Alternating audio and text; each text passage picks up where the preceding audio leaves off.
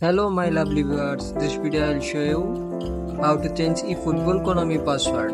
Open Chrome browser on your phone, then search for Konami account. Tap on login and enter your Konami ID or user ID here. Then go to forgot your password.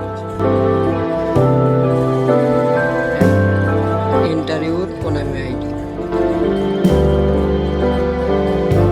Then Konami will send you an email.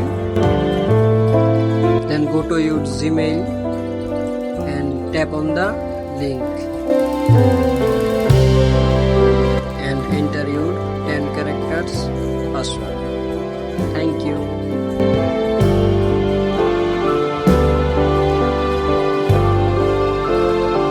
If this video helped you, don't forget to like and subscribe my channel. Thanks for your support. Thank you.